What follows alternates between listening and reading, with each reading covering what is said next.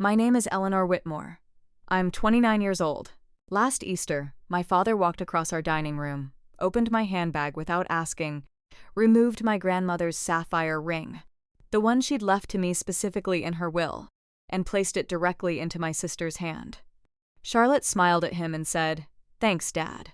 My mother nodded from the opposite end of the table as if this was perfectly ordinary, a normal Easter tradition. Not a single person objected. Not one person even flinched. 18 family members watched my father take my property and give it to my sister, and the only sound in that entire room was cutlery settling against china. I looked at the empty chair at the head of the table, Grandmother Elizabeth's chair. Nobody had sat there since she'd passed away 2 years earlier. The cushion still held the exact impression she'd left it in. I reached for my phone and dialed one number. My father's face went pale before I'd even ended the call. Before I take you back to that moment, I need to tell you something. If this story speaks to you, if it touches something true in your own life, please take a moment to like and subscribe. Only if you genuinely connect with it, though. I don't need false gestures. And do drop a comment telling me where you're watching from and what time it is there. I read every single one of them. I promise you that. Now, let me take you back 3 years before that Easter dinner. Back to the day my grandmother called me to her kitchen table and placed that ring in my hand. 5 years ago, I drove out to Grandmother Elizabeth's cottage on a Tuesday afternoon. Ashford-in-the-Water, Derbyshire. The kind of place where you see more sheep than cars, where stone-built cottages line winding lanes, and where people still raise their hands in greeting from their gardens. She was 75 years old, sharper than anyone I knew, living alone in the same 3-bedroom cottage she'd owned since 1968.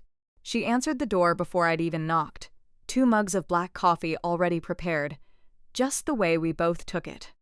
We sat at her kitchen table, the one with a slight crack along the edge from when Grandfather William had knocked it whilst carrying in the Christmas turkey back in 1985.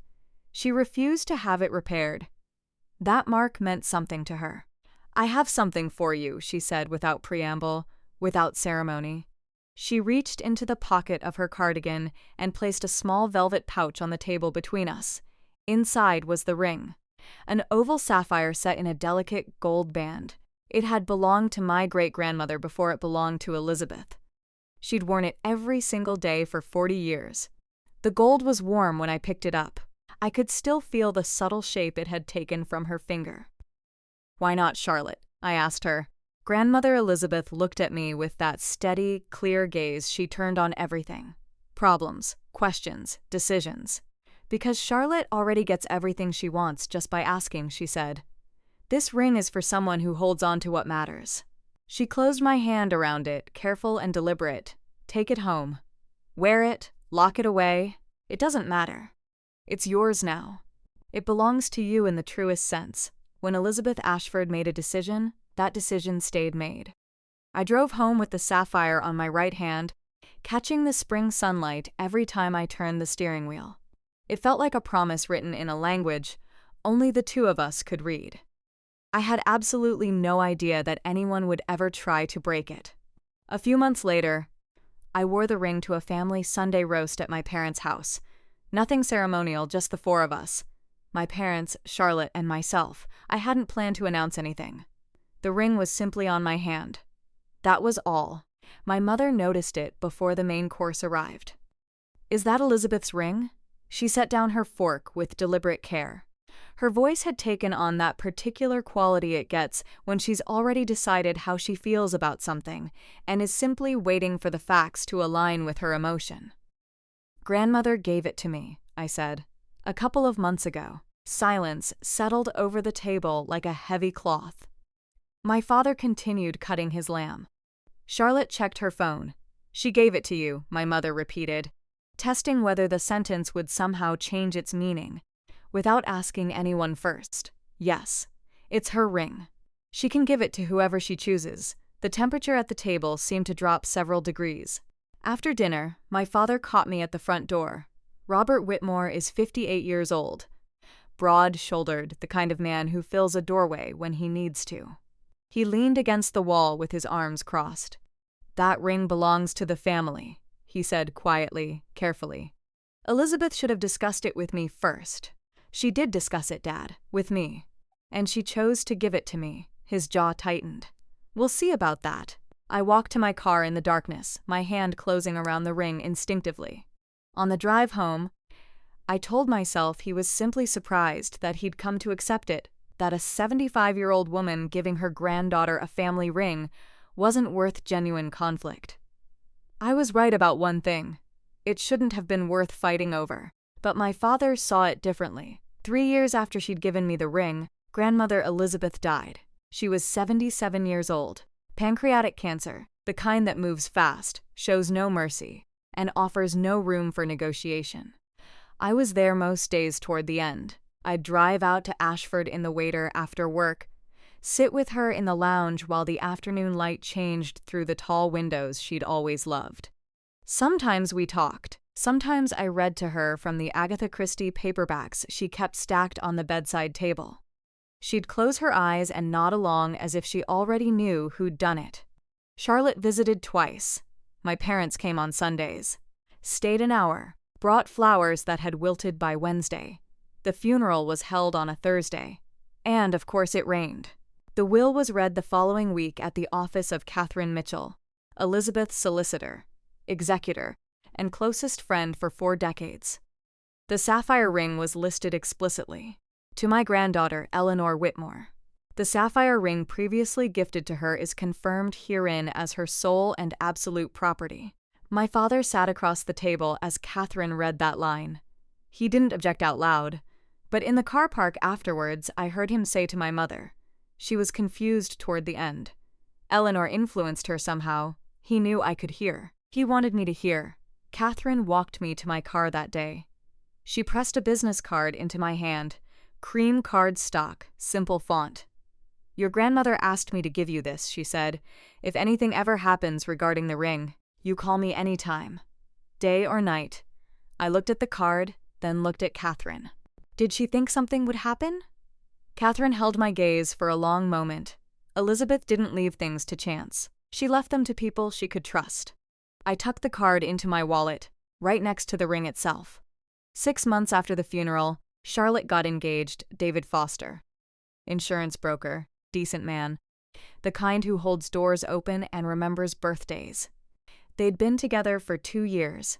The proposal happened at a vineyard in the Cotswolds. My mother cried during the WhatsApp video call she made me watch.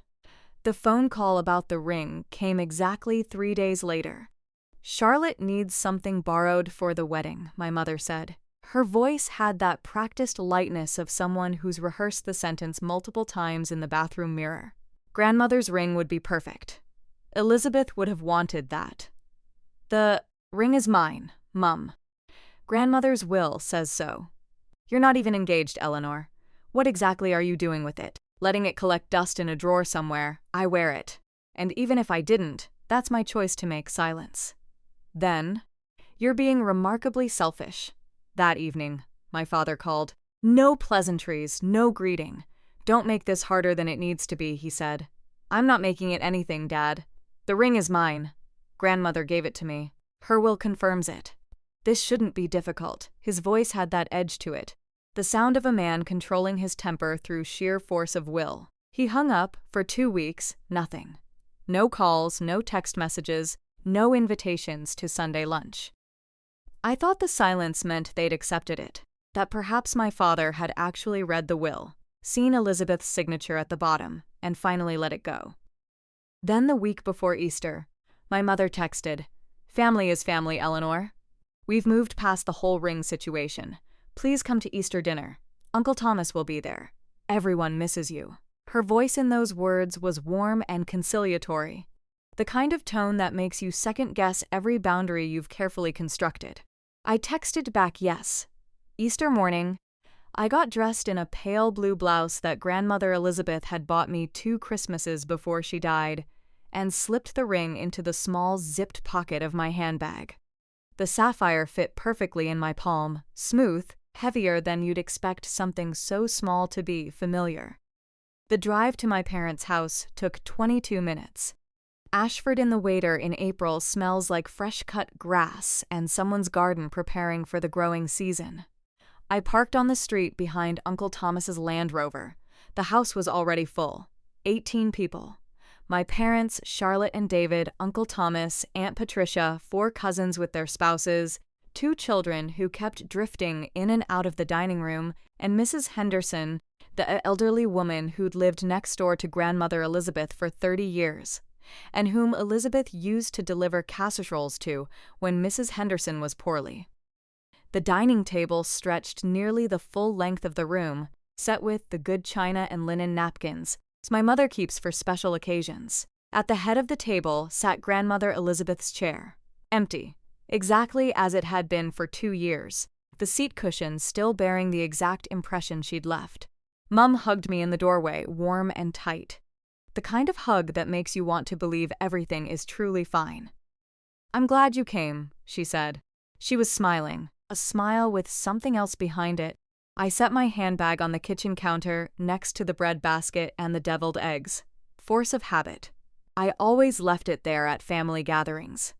Everyone knew that, in the dining room, Charlotte sat near the middle of the table, David beside her. Her engagement ring caught the light constantly, and she made certain of that, moving her hand often. My mother orbited around her like a satellite, refilling her wine glass, adjusting her napkin, asking about the florist she'd chosen. Grandmother Elizabeth's chair at the head of the table remained untouched. Nobody had moved it. Nobody sat in it. My father stood by the window. He glanced at my handbag on the counter. Then he looked away. Then he looked back. We sat down to eat. My father said grace. He mentioned Grandmother Elizabeth. "Your mother would have loved seeing this family gathering together." His eyes drifted to Charlotte as he said it, not to the empty chair. For the next 15 minutes, every question, every comment, every moment of attention orbited around Charlotte. My mother asked about the wedding venue. "A restored barn outside Bristol," Charlotte explained, with exposed beams and string lights and room for 120 guests. My mother asked about the dress, lace sleeves and a chapel train. Charlotte described the color scheme. Sage and ivory, very elegant. Nobody asked me a single question. My cousin Michael tried to redirect things. "How's work going, Eleanor?" he asked, reaching for the bread rolls. I opened my mouth to answer. "Charlotte, tell them about the flower situation." My mother cut in smoothly. "It's absolutely fascinating." Charlotte launched into a 10-minute story about peonies versus garden roses versus something else entirely. I passed the rolls.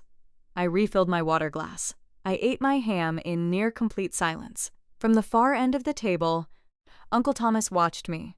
He was 62, retired from construction work, the kind of man who builds things with his hands and speaks rarely but always with purpose. He was Grandmother Elizabeth's younger brother.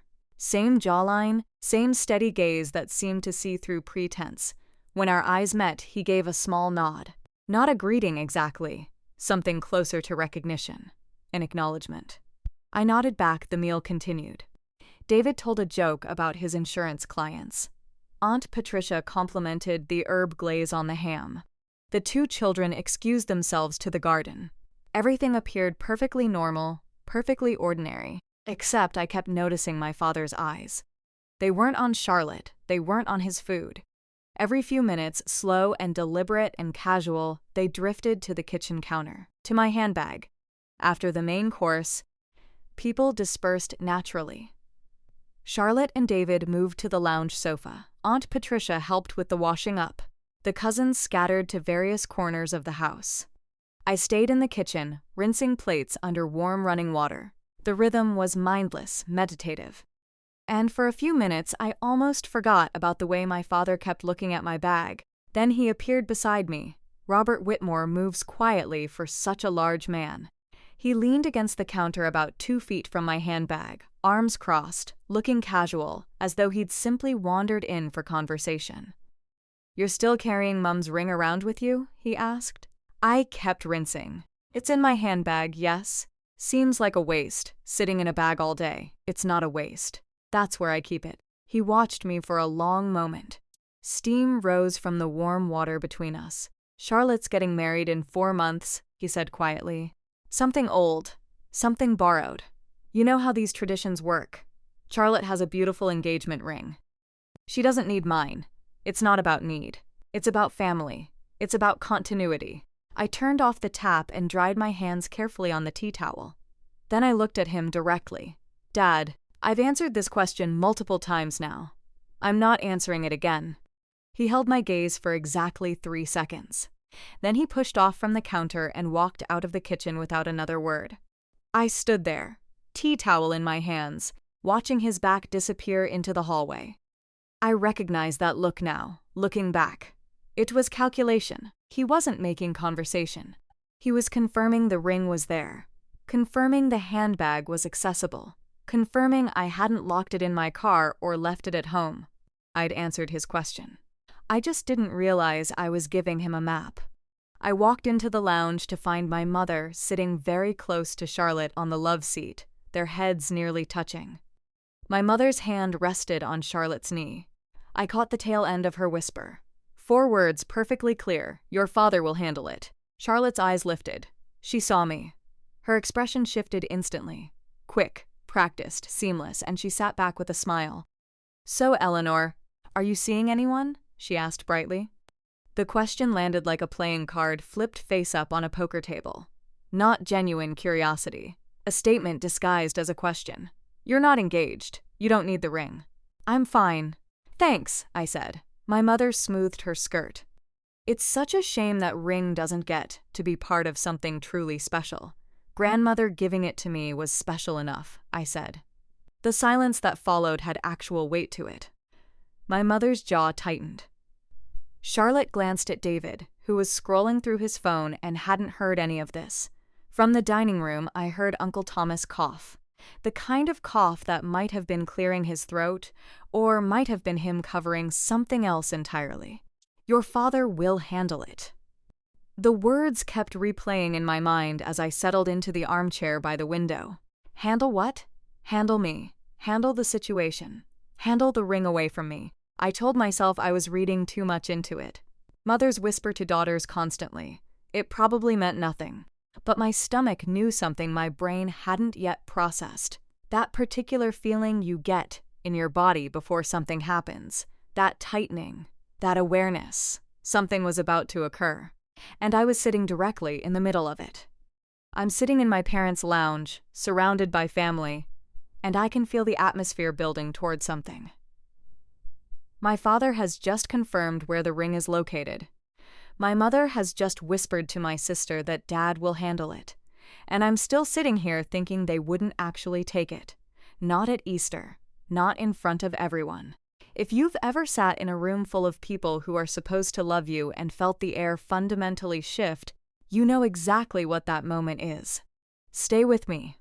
What happens next will change how I understand my entire family. I excused myself to the bathroom, locked the door, and leaned against the sink. My reflection looked exhausted.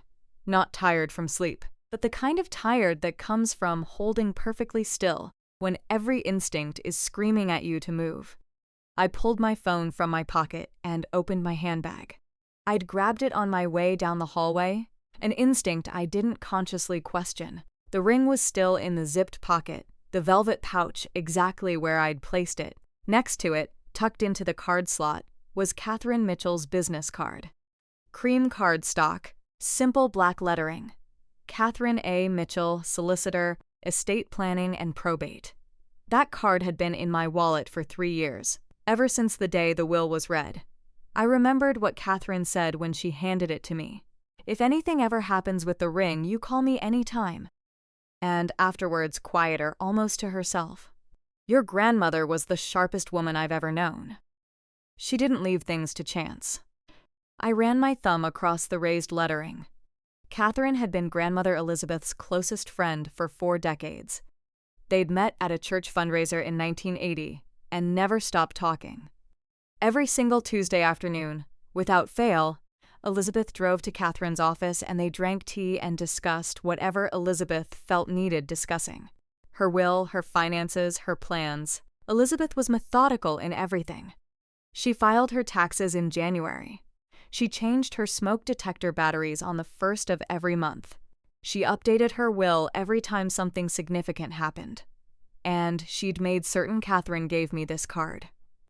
I stepped out onto the back patio for fresh air. The sun was setting behind the tree line, and the garden smelled like damp earth and mulch. A wind chime grandmother Elizabeth had given my mother years ago hung from the eave, turning slowly without making any sound. Uncle Thomas was sitting in the garden chair, a bottle of ale resting on his knee. He didn't look surprised to see me. He rarely looked surprised by anything. "You wearing Elizabeth's ring today?" he asked casually. As though asking about the weather. "It's in my handbag. I was planning to put it on after dinner." He nodded, took a slow sip, stared out across the garden. "Your grandmother talked to me about that ring," he said. "Talked to me about a lot of things, actually." I sat down on the patio step. "What kinds of things?"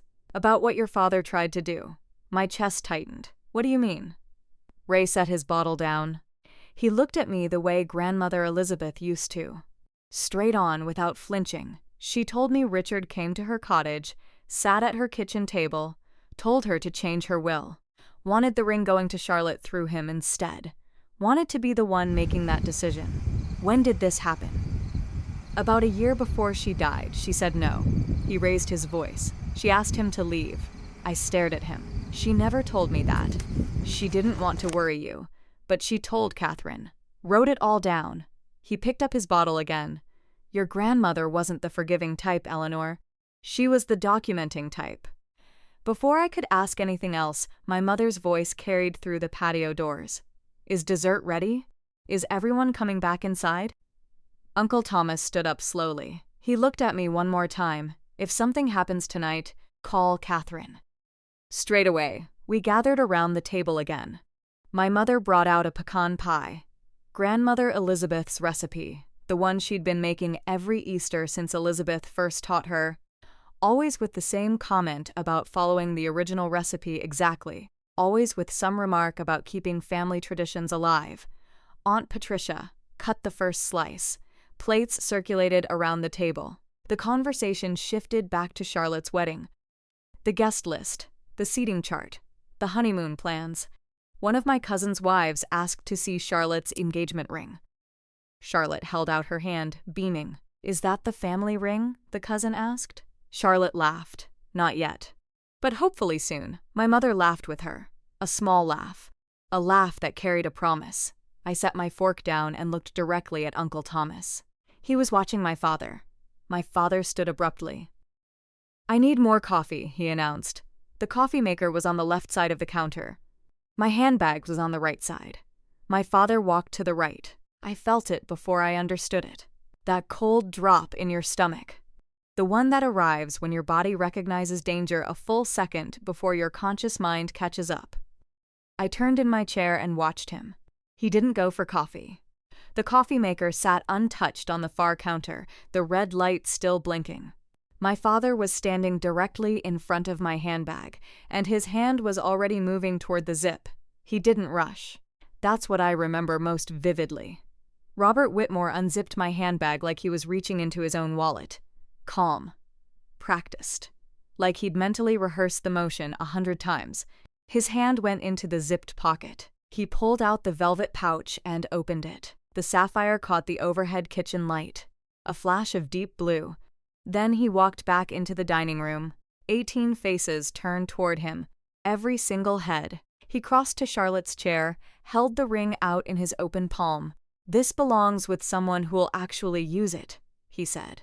Charlotte looked at the ring, then at our father. She didn't look at me. She picked it up, slid it onto her right hand, and smiled. Thanks, Dad.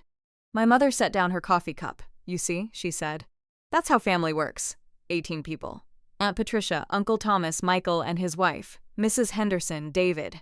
The cousins, the 2 children peeking in from the hallway. Every single one of them watched my father open my handbag, take my property, and hand it to my sister without my permission. Nobody said a single word. I stood up. My chair scraped against the hardwood floor. The sound cut through the silence like a crack forming in glass. I looked at Charlotte's hand. Grandmother Elizabeth's sapphire on a finger that had absolutely no right to it. I looked at my mother, who was smiling. I looked at my father, standing with his arms folded, jaw set like he'd just completed a repair job. Then I looked at Grandmother Elizabeth's chair. Empty. The cushion still creased, and I heard her voice. Not mystical, not ghostly, just memory. Clear as a Tuesday afternoon cup of coffee. If someone takes what's yours and nobody stops them, you call Catherine.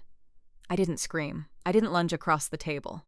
I didn't grab my sister's hand and try to pry the ring off her finger, although every single muscle in my body was pulling toward that action. I stood perfectly still. I let the silence hold. 18 people stared at me, waiting. My mother's smile had frozen completely. I walked to the kitchen counter. My handbag was still open, the zipper gaping like a wound. I reached past where the velvet pouch had been and pulled out Catherine Mitchell's business card. Cream, black lettering. The edges were soft from 3 years in my wallet. I picked up my phone. I walked to the back patio. The screen door closed behind me with a soft click. Behind me, my father's voice. "Where are you going?" I didn't turn around. "I'm making a phone call." Behind me, silence. The silence that happens when someone does the one thing nobody planned for. I dialed Catherine's number. My hands were steady. My voice was steady. Everything inside me was shaking. But my hands and my voice had apparently decided not to participate in that trembling. 3 rings. Eleanor. Catherine's voice was calm, alert, like she'd been waiting by the telephone. "He took it," I said. My father took the ring from my handbag and gave it to Charlotte in front of everyone. A pause. "One breath. I'll be there in 20 minutes, Catherine said. "Don't leave that house." I hung up. I turned around. Through the patio doors, I could see the dining room. My father was still standing, but he wasn't smiling anymore. I stepped back inside. The screen door closed softly behind me. Every head in the dining room swiveled toward me. "Someone's coming," I said. My mother stood up. "What do you mean someone's coming? Who did you call?" "Grandmother's solicitor." The words landed in that room like a stone dropped into still water. I watched the ripples hit each face. Confusion from the cousins, alarm from Aunt Patricia, complete blankness from Mrs. Henderson and my father. My father's face changed the way a landscape changes when dark clouds move in. The confidence drained completely out of it. His arms unfolded. His hands found the back of a chair and gripped it so hard his knuckles went white. "You called a lawyer," he said. "Over a ring, over Grandmother's ring," I said. "Yes." Charlotte's hand drifted down to the sapphire on her finger. She twisted it. For the first time since she'd put it on, she didn't look pleased. She looked uncertain. David set his phone down. His eyes moved between Charlotte and me, then to my father, then back. He was calculating like insurance people calculate things. Risk, liability, exposure. My mother sat back down. "This is ridiculous. We're making a scene." "Dad made the scene," I said. "I'm just responding to it." From the far end of the table, Uncle Thomas hadn't moved. He sat with his hands folded, watching. When my father's eyes swept the room searching for support, they landed on Thomas. Thomas looked back at him without blinking. Without nodding, the clock on the wall ticked. Forks lay abandoned on dessert plates. The pecan pie sat half-eaten. Grandmother Elizabeth's recipe going cold on the table she used to sit at 20 minutes. Catherine was 20 minutes away. Nobody left the table. The longest 20 minutes of my life played out in that dining room. My father paced. Kitchen to window. Window to hallway. Back again. His hands were in his pockets, but I could see them moving. Fists opening and closing, working through something he couldn't say aloud. "You're blowing this completely out of proportion," my mother said. She was using her church voice. Soft, measured, the tone she uses when she wants to sound reasonable while saying something profoundly unreasonable. "It's Easter. Can't we just be a family?" "We were a family 20 minutes ago," I said. Then Dad went through my handbag. Charlotte hadn't spoken. She sat with her hands in her lap, the sapphire hidden beneath the table. David leaned over and whispered something. She shook her head. My cousin Michael stood and walked to the kitchen. He came back with a glass of water and set it in front of me without saying anything. His wife gave him a look. He shrugged.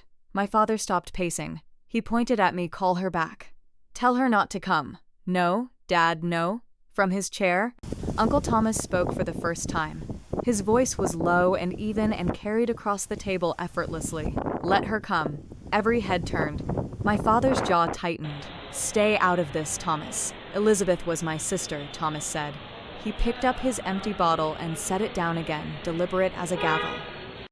"I'm not staying out of anything." The room went quiet again. The clock ticked. Mrs. Henderson folded her napkin into smaller and smaller squares. One of the children appeared in the doorway, sensed the atmosphere, and backed away, then gravel crunching under tires. A car pulling into the driveway. A door opening and closing. Footsteps on the porch. A knock. I opened the door. Catherine Mitchell stood on the porch in a gray wool cardigan, her silver hair pinned neatly. She was 70 years old, thin, upright, the kind of woman who could silence a courtroom by simply adjusting her glasses. She carried a manila envelope under her arm, thick, sealed with a metal clasp. She looked at me. "Are you all right?" "I'm fine." "They're in the dining room." She nodded once and walked inside. I followed. When Catherine stepped into the dining room, 18 pairs of eyes locked onto her. She scanned the table the way a surgeon scans an operating field. Methodical, unhurried, missing nothing. Her gaze landed on Charlotte's hand, on the sapphire. Then she turned to my father. "Robert," she said. Her voice carried no warmth and no hostility, pure professional gravity. "I'd hoped your mother's letter was wrong about you." My father squared his shoulders. "This is a family matter, Catherine." "I am family, Robert." Elizabeth made certain of that. She set the manila envelope on the table between the half-eaten pecan pie and the stack of dessert plates. The clasp clicked when she opened it. Inside was a notarized copy of Grandmother Elizabeth's will and a single sealed envelope, cream-colored, with Elizabeth's handwriting on the front. Catherine placed both documents side by side. She folded her hands. "Before I read this," she said, addressing the entire room, "I want everyone here to understand something with absolute clarity. The ring Charlotte is currently wearing is the legal property of Eleanor Whitmore. It was given to her as a personal gift 5 years ago and confirmed as her sole property in Elizabeth Grady's last will and testament. Removing it from Eleanor's handbag without her consent constitutes theft under English common law." My mother's hand went to her mouth. Charlotte looked at my father. My father said nothing. Catherine picked up the sealed envelope. "Elizabeth wrote this letter 14 months before she died," she said. She held it up so the room could see. Elizabeth's handwriting, slanted, precise, the penmanship of a woman who'd written letters her entire life. She was completely lucid. She had her physician sign a statement confirming her mental competency on the same day. That statement is attached. She broke the seal and unfolded the single page. She read, "If you're reading this, it means Robert took the ring." The room stopped breathing. I knew he would. He came to my cottage 3 times in the final year asking me to change my will. He wanted the ring to go to Charlotte instead of Eleanor, not because Charlotte wanted it. She never expressed any desire for it. He wanted to be the one to give it to her. He wanted to decide. That's all it's ever been about with Robert. Not love, not tradition, control. My mother pressed her napkin against her eyes. Charlotte's face had gone completely white. I chose Eleanor because Eleanor never asked for anything. She showed up. She sat with me. She listened. She earned this ring not by wanting it, but by being the kind of person who keeps what matters. Margaret paused. The only sound was the clock. "Robert, if you're hearing this, I love you, but you were never entitled to decide for me. Not whilst I was alive, and not after I'm gone." Catherine folded the letter and set it on the table. The room was silent in the way that only rooms full of people who've just heard something completely irreversible can be silent. I looked at my father. His face was the color of ash. His hands gripped the chair back so hard his knuckles had gone white. My mother was crying quietly, the way she cries when she can't spin a narrative. Grandmother Elizabeth, dead for 2 years, had just stepped back into the room and said exactly what she meant. My father found his voice. It came out thin. She was confused toward the end. She didn't know what she was writing. Catherine didn't blink. Elizabeth wrote this letter when she was 77 years old. She drove herself to my office. She sat across from me for an hour and a half. She dictated portions and wrote others by hand. Her doctor, Dr. Alan Fisk, whom several of you know, signed the competency statement that afternoon. It's the second page in the envelope. My father opened his mouth, closed it. Uncle Thomas stood up. The chair scraped. The room turned. "She told me too," Rob Thomas said. His voice was steady and measured. The voice of a man who'd been holding this for 2 years and had finally been given permission to release it. "2 Christmases ago, I went over to check on her boiler. She told me you'd come to her cottage and demanded she rewrite her will. She said you raised your voice. She said she asked you to leave." "I was there, Robert. I was in this next room when you came back a second time. I heard every word. She told you no, and you called her obstinate. You called your own mother obstinate because she wouldn't give you what you wanted." The room was motionless. Aunt Patricia had her hand over her chest. Michael stared at his plate. Mrs. Henderson, 82 years old, who'd been Grandmother Elizabeth's neighbor for 30 years, shook her head slowly side to side like a pendulum winding down. My father looked around the table, searching for an ally, for someone to push back, to say Thomas was exaggerating, to defend him. He found nothing. Every face either looked away or looked straight through him. My mother reached for his arm. He pulled away. Catherine turned to my sister. "Charlotte, I need you to return the ring to Eleanor." Charlotte sat frozen. Her eyes darted to my father, waiting. The way she'd waited her whole life, for him to tell her what to do next. My father said nothing. He was staring at the floor. My mother pressed her napkin harder against her eyes. No words came. It was David who moved first. He reached over gently and took Charlotte's right hand. She didn't resist. He slid the sapphire off her finger carefully, the way you'd handle something that didn't belong to you, and set it on the table in front of me. "I didn't know about any of this," David said quietly. "I'm sorry, Eleanor." I picked up the ring. The sapphire was still warm from Charlotte's hand. I slid it onto my right ring finger, where it had always belonged, where Grandmother Elizabeth had placed it 5 years ago. Catherine straightened the documents on the table. "One more thing," she said. "Elizabeth also instructed me to inform all of you. If the ring is removed from Eleanor's possession again, I am authorized to file a police report for theft. This is not a threat. It's her explicit wish." The room absorbed that. Nobody argued. Nobody scoffed. I looked at Grandmother Elizabeth's empty chair. The cushion still creased. And for 1 second, just one, I could swear I felt it. That quiet, steady presence. The smell of coffee and gardenia hand lotion. A nod that said, "Good girl. You kept your promise." My father sank into his chair. My mother stared at the tablecloth. Charlotte's hand sat empty in her lap. The pecan pie was cold. Grandmother Elizabeth's recipe, untouched. Easter was finished. I stood up. I didn't slam anything. I didn't point fingers. I just stood in my parents' dining room with my grandmother's ring on my hand and said what needed saying. I'm not going to pretend this didn't happen. The room was still. I looked at my father first, Dad. You went into my handbag and took my property in front of everyone at this table. Then my mother. Mum, you helped plan it. I heard you tell Charlotte that Dad would handle it. Then Charlotte, you put it on and said, "Thank you. You didn't ask me. You didn't hesitate." My sister's chin trembled. My mother's hands twisted the napkin in her lap. My father's eyes stayed on the floor. "I love this family," I said. "But love doesn't mean I let you take what's mine. It doesn't mean I smile whilst someone opens my bag and hands away the only thing my grandmother left me." I picked up my handbag and put on my jacket. I won't be coming to Sunday dinners for a while. Not because I'm angry. Because I need space. And because you need to think about something. Whether you want a relationship with me or just access to what I have. My father looked up. "You're overreacting." "Grandmother didn't think so," I said. "She wrote a whole letter about it." I walked to the front door.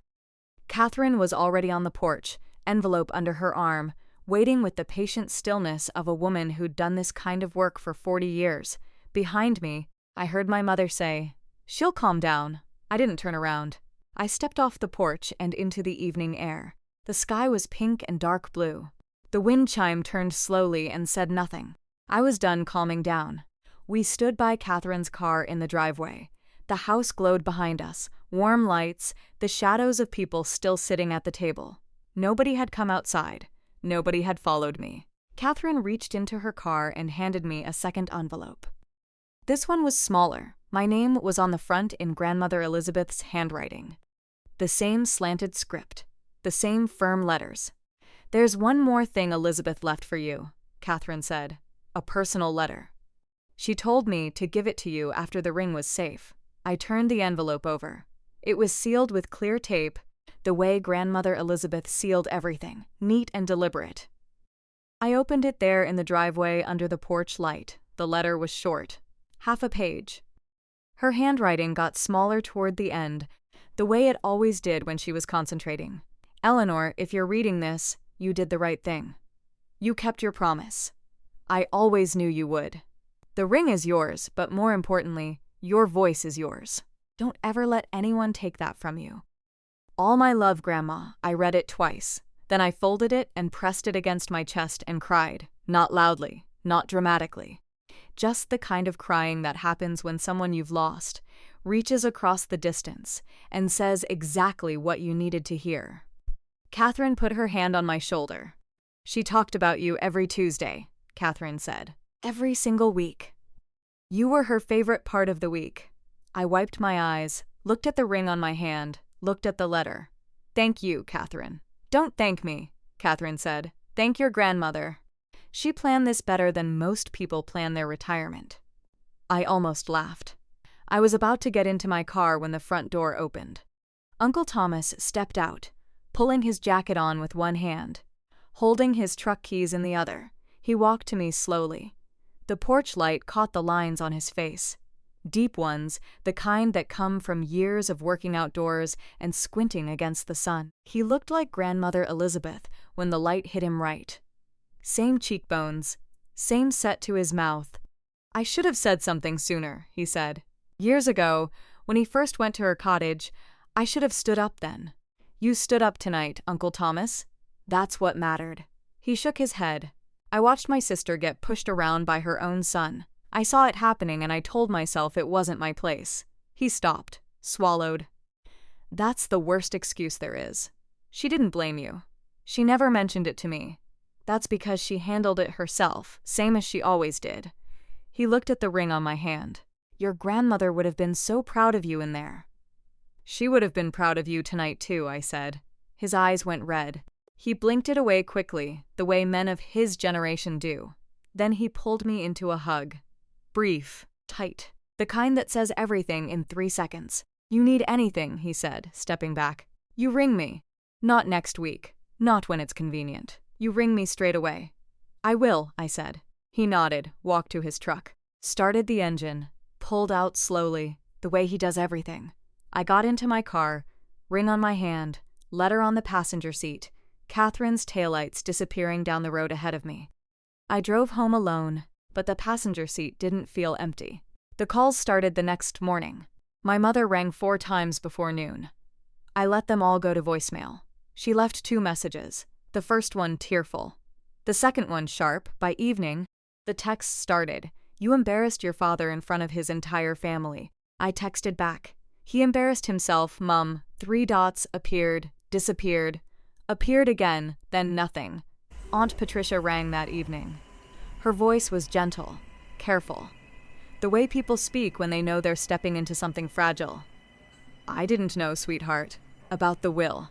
About what Robert did to Elizabeth. None of us knew. I want you to know. I'm on your side. Derek is too." I thanked her. I meant it. Charlotte's text arrived the next day. Brief. Measured. I could tell she'd drafted it multiple times. I didn't know Dad was going to do that. I read it twice, then replied, "You put the ring on, Charlotte. You knew it wasn't yours." No response. My father didn't call, didn't text. Absolute silence from my father, the kind of silence that feels louder than shouting. He'd been exposed in front of his family. His mother's words hanging in the room like smoke that wouldn't clear, and he had absolutely nothing to say. By Wednesday, the family had quietly rearranged itself. Aunt Patricia and 2 of my cousins were checking in on me regularly. They'd stopped ringing my father and mother. Not dramatically. No announcements, no speeches. They just stopped ringing. My mother noticed. She texted Aunt Patricia. "I don't understand why everyone's taking sides," Aunt Patricia replied. "Nobody's taking sides, Donna. We're just paying attention." That text circulated through the family like wildfire. I didn't send it to anyone. I didn't have to. The truth had its own momentum. 1 week after Easter, Charlotte showed up at my flat. No call, no text. Just a knock at 7:30 on a Tuesday evening. I opened the door. She was wearing the gray cardigan I'd given her for Christmas. Her eyes were swollen. She'd been crying. The genuine kind, not the performative kind she'd learned from my mother. "Can I come in?" I stepped aside. She sat on the edge of my sofa like she might need to leave quickly. "I want you to know," she said, "I didn't ask Dad to take it." "I know you didn't ask him, Charlotte, but you didn't stop him either. He put it in your hand and you slid it on and said, 'Thanks, Dad.' You didn't ask me. You didn't even hesitate." She pressed her palms against her eyes. "I thought Grandma would have wanted—" "Grandma wrote it in her will. She wrote a letter. She told Uncle Thomas. She told Catherine." I kept my voice steady. "Level. How many times does a dead woman have to say no before this family hears it?" Charlotte's shoulders shook. She cried the way she cried when she was little, head down, hiccuping, unable to catch her breath. "I'm sorry, Eleanor." "I'm really sorry." I believed her. I sat down across from her and let the silence hold. "I know you're sorry," I said. "But sorry doesn't undo what happened at that table. It doesn't undo 30 years of me being second. It doesn't undo Dad going through my handbag whilst everyone watched." She nodded. She didn't argue. "I want us to be okay," she said. "I do too. But that's going to take time. And it starts with you seeing what happened. Really seeing it." She left 20 minutes later. I closed the door and leaned against it. David rang me 3 days later. I hadn't expected it. I'd always thought of him as background. Pleasant, polite, the kind of man who holds your coat and doesn't ask difficult questions. I'd underestimated him. "I want you to know something," he said. His voice was measured but firm. "What your dad did was wrong. I told Charlotte that." "I appreciate you saying so, David. There's more. I told Charlotte I don't want her parents involved in the wedding planning anymore. Not after what I saw at that dinner." I sat down. "That's a significant decision. It's the right one. Your dad opened someone else's handbag in front of 18 people and just took something. Then your mom acted like it was perfectly normal. I can't have that energy around our wedding, around our life. That's between you and Charlotte. I know. But I wanted you to hear it directly from me." He paused. "Your grandmother's letter changed how I see this family. I always thought your parents were strict but fair. Now I know they're strict and selective. Strict with you and forgiving with Charlotte." I turned that phrase over. It was accurate, painfully accurate. "One more thing," David said. "I'm sorry I didn't do anything at the table when it happened. I just sat there with my phone like an idiot. You returned the ring, David. You were the one who took it off her finger and gave it back. That counts. It should have counted sooner, but it counts." We hung up. I put my phone on the counter and looked out the window. David didn't owe me anything. He was marrying into this family, not away from it. But he'd seen what he saw, and he'd made his own choice. And in doing so, he'd taken something from my father that my dad valued far more than any ring. Influence. Control over his daughter's wedding. 3 weeks passed. My phone rang on a Wednesday evening. The screen said, "Dad." I stared at it for 4 rings before I picked up. "Your mother thinks we should talk," he said. His voice sounded tired. Not apologetic. Tired. The voice of a man who'd spent 3 weeks in a house where the phone stopped ringing and the invitations stopped coming. "What do you want to say, Dad?" Long pause. I could hear the television in the background. "A football match." Quiet. The sound of a house that used to be full and isn't anymore. "I shouldn't have gone through your handbag." I waited. He didn't continue. "That's a start," I said. "But you also need to say that the ring is mine, and that grandmother's wishes matter." Another pause. Longer this time. I could almost hear him fighting with himself. The version of Robert who knows he was wrong. Wrestling with the version who spent 58 years believing. He's the one who decides things. "It was your grandmother's decision," he said finally. Each word sounded like it cost him something. What she chose to do with her own ring. That's the closest you've come to acknowledging that. Thank you. So, are you coming to Sunday dinner? Not yet, Dad. I'm not ready. How long? I don't know. But I'll let you know when I am. Silence. Then, very quietly, okay, click. I set my phone down and looked at the ring. The sapphire caught the kitchen light the way it always does.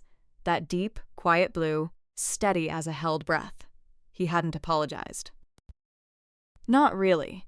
He'd acknowledged what happened the way you acknowledge a speed bump, grudgingly, without truly slowing down. But he'd said, "Your grandmother's decision." 4 words that cost a proud man more than he'd ever admit. It was a start. It wasn't enough, but it was a start. The following Saturday, I drove to the cemetery in Ashford-in-the-Water. The road winds through farmland. Flat, green, the kind of English spring that smells like turned earth and new grass. Grandmother Elizabeth is buried next to Grandfather William under an old maple tree that's been there longer than either of them. I brought yellow tulips. Her favorite.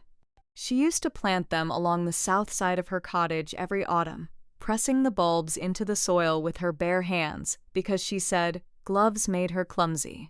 I set the tulips against the headstone and sat on the grass. The ring was on my hand. The sunlight moved through the sapphire and threw a faint blue shadow across the stone. "I kept it, Grandma," I said. "Like you asked." A cardinal landed on the maple branch above me, cocked its head, stayed. It wasn't easy, but I kept it. I rang Catherine. She came. She read your letter. I smiled. You really did plan everything, didn't you? The wind moved through the grass. The tulips leaned into it. Dad's not there yet. He might never be. But Uncle Thomas came through. He said what you told him. He stood up. I looked at the ring, turned it on my finger. 40 years of Grandmother Elizabeth's life shaped into that thin gold band. Great-grandmothers before her.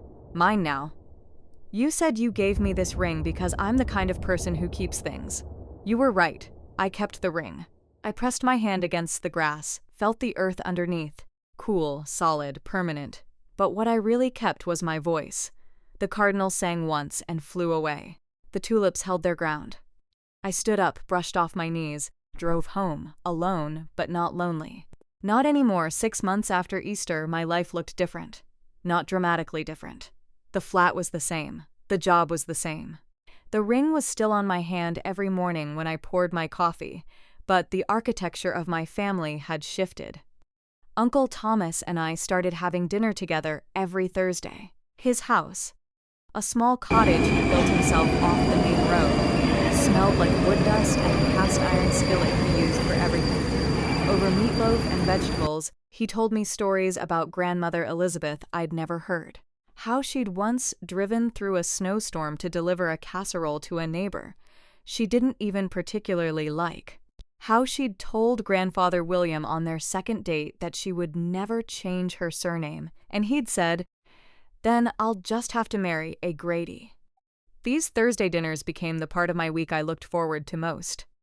Charlotte and I started meeting for coffee once a month at a neutral cafe in Bristol, halfway between her place and mine. No parents, no David.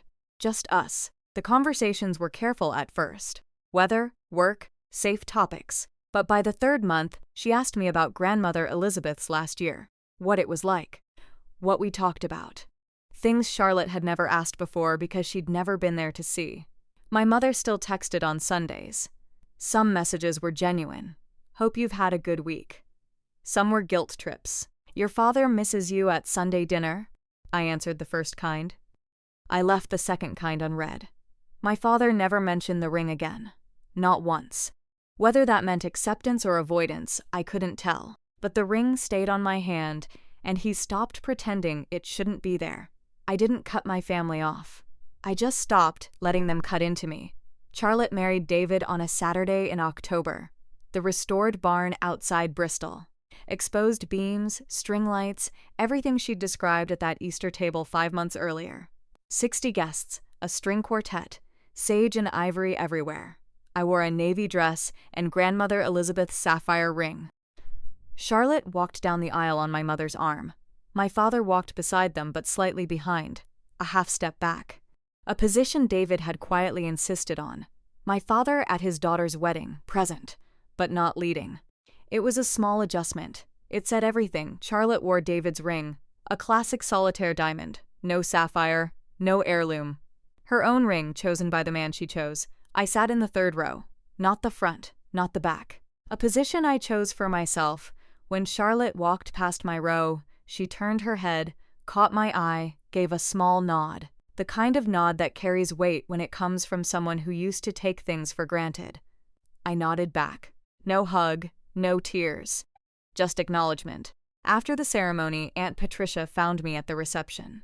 She had a glass of champagne in each hand and gave me one without asking. Elizabeth would have loved this, she said. I looked at the string lights, the beams, the people laughing. I felt the ring on my finger, warm from the evening air, solid. She's here, I said. Aunt Patricia clinked her glass against mine. We drank. The October air was crisp, and the barn glowed, and somewhere inside a string quartet played something I almost recognized. I didn't need to be the center of Charlotte's wedding. I didn't need to prove anything. I just needed to be there on my own terms. With my grandmother's ring on my hand and my own voice in my chest. That was enough. So here's what I want to say to you, and I'm saying it as someone who spent most of her life getting it completely wrong. If you're the person in your family who always gives in, I understand. It's easier, it's faster. Sometimes it feels like love. You tell yourself that keeping the peace is the same as being a good daughter, a good sister, a good person. It's not. There's a difference between keeping the peace and losing yourself. I confused those two things for a very long time. I thought that if I just stayed quiet, if I just let it go, if I just handed over whatever they asked for, eventually they'd see me. Eventually they'd say, "You know what, Eleanor? You matter too." They never said it. Not once. Not until a 77-year-old woman sat me down at her kitchen table and put a ring in my hand and said, "This is for someone who keeps things." My grandmother saw it before I did. She gave me that ring not just as a gift, but as a question. Could I keep something that was mine, even when everyone told me to let it go? The answer turned out to be yes. But it took a phone call, a solicitor, and a letter from beyond the grave to get there. You might not have a Catherine Mitchell. You might not have an Uncle Thomas. But you have your own voice. And I promise you, it's louder than you think. The ring on my hand is worth perhaps 2,000 pounds. It's not priceless, but my grandmother wore it every day for 40 years, and she gave it to me because she wanted a part of her to stay with someone who'd hold on. I'm holding on, Grandma, I promise.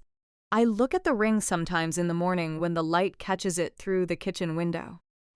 In the evening when I'm working at my dining table and catch a flash of blue against the white paper, it's an oval sapphire set in thin gold. The band is slightly worn on the inside from 40 years on my grandmother's hand. The stone has a tiny inclusion near the bottom. A wisp of silk, the jeweler told me. Common in natural sapphires. Grandmother Elizabeth called it the ring's fingerprint. Some days I think about what would have happened if I hadn't made that call. If I'd sat in that dining room and watched Charlotte wear it home. If I'd told myself it was just a ring. Just metal and stone. Not worth the fight. But it was never just a ring, it was a decision. My grandmother decided I was worth choosing. My father decided I wasn't worth asking. And I decided on the back patio of my parents' house on Easter Sunday, with 18 people waiting inside, that the dead woman's decision carried more weight than the living man's entitlement. That's my story. The ring is on my hand. The letter is in my bedside drawer. Uncle Thomas comes for dinner on Thursdays. And every Tuesday I drive out to the cemetery and sit with Grandmother Elizabeth under the maple tree the way I always did. Some promises don't end when someone dies. Some promises are just getting started. If this story reminded you of someone, a grandmother, a parent, a friend, someone who saw you when nobody else did, I'd love to hear about them. Drop a comment, tell me their name, and if you know someone who's being told to give up something that's rightfully theirs, whether it's a ring, a boundary, or their own voice, send them this video. Sometimes knowing you're not alone is the first step. There are more stories like mine in the description below. Thank you for being here.